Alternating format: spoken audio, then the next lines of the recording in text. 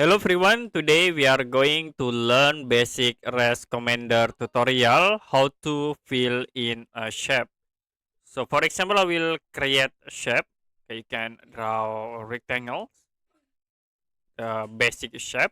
And if you want to fill this shape with color, you can type H,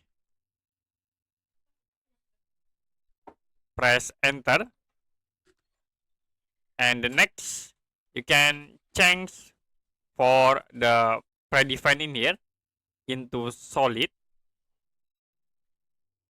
and you can set for the color at these points, like I will set into yellow color, and you can click inside the rectangle to fill this shape. Click close to apply. So I will create again the circle object, and you can type head, press enter. Okay.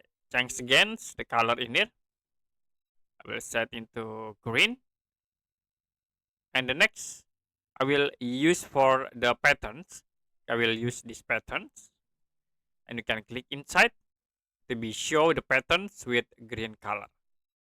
Click close to apply this fill to the shape.